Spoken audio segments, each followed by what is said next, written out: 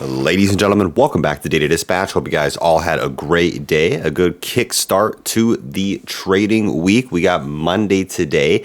S&P 500, the broader market, making some very interesting moves today, especially right around close in a few hours before close. Talking about some of the individual stocks that we've been tracking, of course, Palantir, down just slightly on the day, but not that bad considering it's at these all-time high levels. We'll be talking about some of its technical patterns where we could be seeing Palantir here, the broader market, given some of the macroeconomic circumstances. And we have some very big stocks that will be reporting their earnings that could help accelerate basically quarter two earnings and could help push this market to its next leg up. Now, if you are a new or returning viewer, hit the like button, subscribe for daily videos, and of course, not a financial advisor, collecting all the data and dispatching it to you. Now, if you pop it up on the screen here, like I had mentioned, Palantir currently at 151. We know Palantir had a few tests of that all-time high, basically at this 155. We basically see a retesting about that 155 and now cooling off here, taking a breather right at this 150 level. What's important about this 150 level is that this was a previous resistance point. So if Palantir can kind of actually turn this into a support zone, if this can be a resistance zone that gets flipped to support, and Palantir takes a breather at these all-time highs, that could be incredibly bullish for this stock. Reason being is because we actually haven't had a ton of big news or headlines for Palantir, which have been big catalysts for the stock's price action. And on top of that, it's at a very high valuation. I think that we can't disregard that. But nonetheless, if Palantir has been able to just basically cool off and breathe at these all-time highs without any big, movers, market headlines and things like that, that shows you that people aren't selling Palantir, and that's very bullish, and that kind of can gear this up for this cool-off period on what's its next leg up if the market does continue to rise. And that's kind of leading into the next thing that we'll talk about in a few moments here. But the next big thing that's really on my radar for Palantir, you can see on the overnight session here, not moving a ton either, down about 18 cents, is its earnings. Now, there tends to be more volatility around Palantir's earnings. Could there be a pullback? Most definitely. Could it also accelerate? Most definitely. We don't know. One thing that we do know, though, according to the street and just what we've seen in the data, is that Palantir is typically priced for perfection, which means that they need to perform very, very, very well in order for Wall Street to be satisfied with their earnings report. Now, their earnings is exactly 2 weeks away, so it's coming up here pretty soon. It'll come before we know it. August 4th, post-market, earnings per share estimated at 14 cents with a correlated revenue of $939 million. So we'll be definitely keeping on the radar, keeping you guys up to date on things that will be occurring with Palantir as it gears towards, earnings date. However, right now, breathing off, not having a ton of big market headlines, this is pretty good for the bulls out there, and necessarily, taking a breather is important so that way it can build these support zones throughout its price action. If we're talking about the market, that's where the market's at an interesting spot. And I'm really interested to see what happens here over the next few days, especially with some big reporters in the Magnificent Seven regarding their earnings. Now, the S&P 500 index, I don't know what happened to SPY today. This was an interesting type of bull trap, it almost seemed like. SPY goes from 628, gaps up here to 631, and then all of a sudden in the afternoon session just sells back off and kind of comes back down here to where it opened. The thing about the market right now, it's at 6,300 and it closed above 6,300 for the first time. So market's basically at all-time highs. The question is, people anticipating a pullback. We've seen a significant rally since the tariff trade lows in April.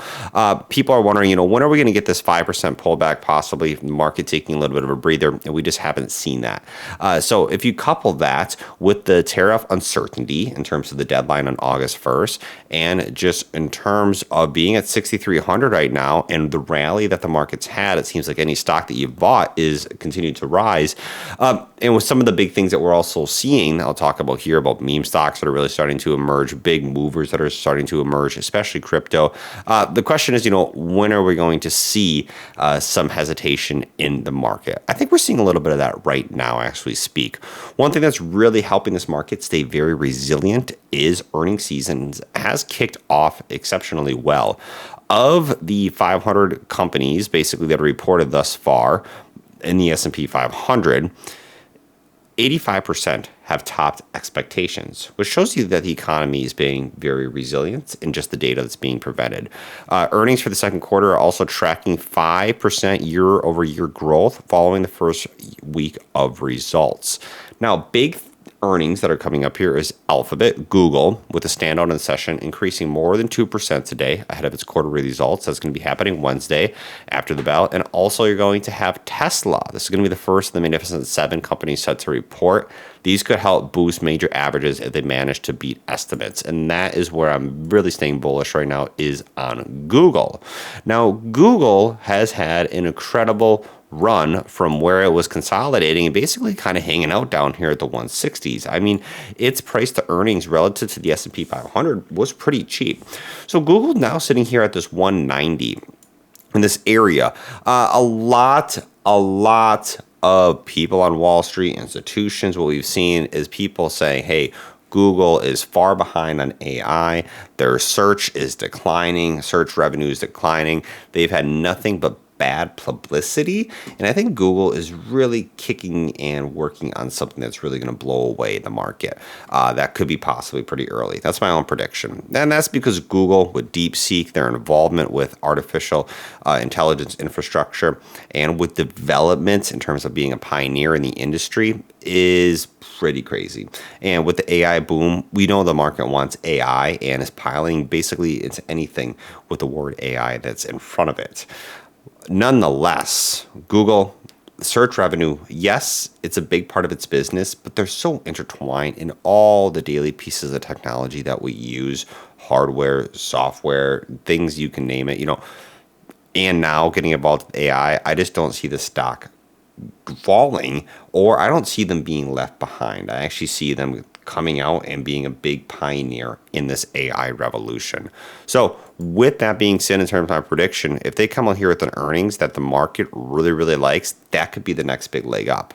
One of the big pieces of resistance, of course, is this August 1st hard deadline to start paying the tariffs. We know that's from the Trump administration, even though they also had added that nothing stops countries from talking to us after August 1st. So in terms of the tariffs, I think the market's basically kind of been pricing in this uncertainty regarding the tariffs. We've seen these threats that have came out, and then these are just possibly negotiation tactics working for these different countries to come to the table because they don't want to be subject to that high of a percentage in terms of tariffs.